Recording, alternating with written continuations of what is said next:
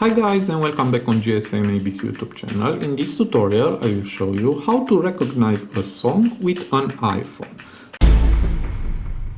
So to do that, just go to settings and here scroll down and go to control center.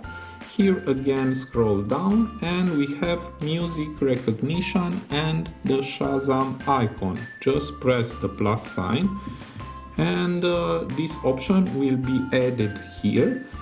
As you can see, music recognition, and also will be here in the top bar. Now let's test this function. I will put a song from another phone and we'll see if it's working. Now I will press the music recognition icon and I will wait for a few seconds.